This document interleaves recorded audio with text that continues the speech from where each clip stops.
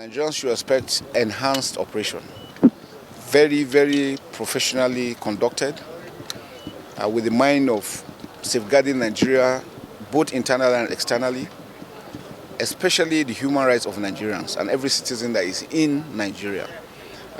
All we have done all through is to reassess our operations, see what we're not getting it right, and see how we can fine-tune it. And that's why we had the former Chief of Defense Staffs that were here, the former Chief of Defense Trainer Operations, and then the former theater commanders. They were all here together so that we shared ideas. They brought up what they have, coupled with, we're operating in a very fluid environment.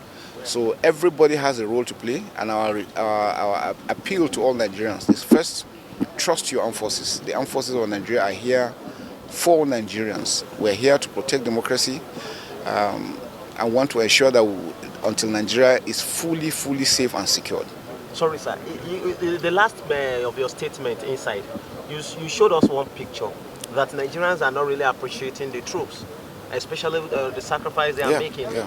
Is there any strategy the military is putting in place to ensure that the orientation of Nigerians are changed? Yes, we're working together with relevant agencies, Ministry of Information, National Orientation Agencies, and other agencies. And again, we're also into civil-military relationship, just to show Nigerians that the Nigerian Armed Forces is for Nigeria. We're here to protect Nigeria together. But the challenges we're facing, we cannot do it alone. We need the support of everyone. Yesterday you saw where we buried those heroes that died, and you saw the president being there himself in person. And that shows the commitment, and that's why we're calling on all Nigerians to put hands together to ensure that we defeat this menace, these terrorists that don't mean us well. We must put hands together to ensure that Nigeria is peaceful.